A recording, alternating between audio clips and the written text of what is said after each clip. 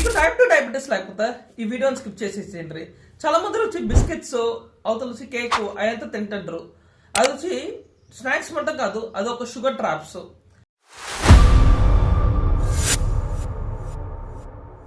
నాకు తెలిసిన ఒక ఆమె ఒక 44 వయసు ఇలాగ నాతో మాట్లాడేటప్పటికి డాక్టర్ నేను వచ్చి స్వీట్స్ అయితే తినాను, బట్ మేరీ బిస్కెట్స్ మొత్తం టీతో అద్దుకొని తింటాను అని చెప్పింది. సో మార్నింగ్ ఒక 4 బిస్కెట్స్, అవతల ఈవినింగ్ ఒక 4 biscuits, like in between some times వచ్చి బ్రెడ్ లేకపోతే పఫ్స్ అలాగే తింటది.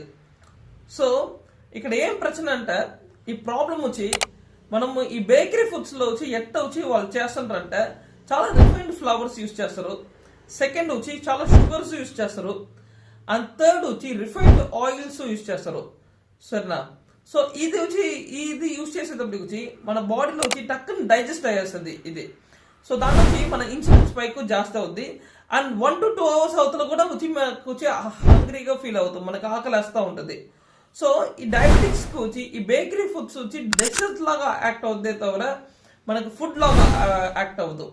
సో సొల్యూషన్ మనం ఏం చేయొచ్చు అంటే, సో ఇన్స్టెడ్ వచ్చి బేకరీ ఫుడ్స్ బదులుకు వచ్చి రోస్టెడ్ చెన్నా లేకపోతే పీనట్స్ అలా యూస్ చేయొచ్చు.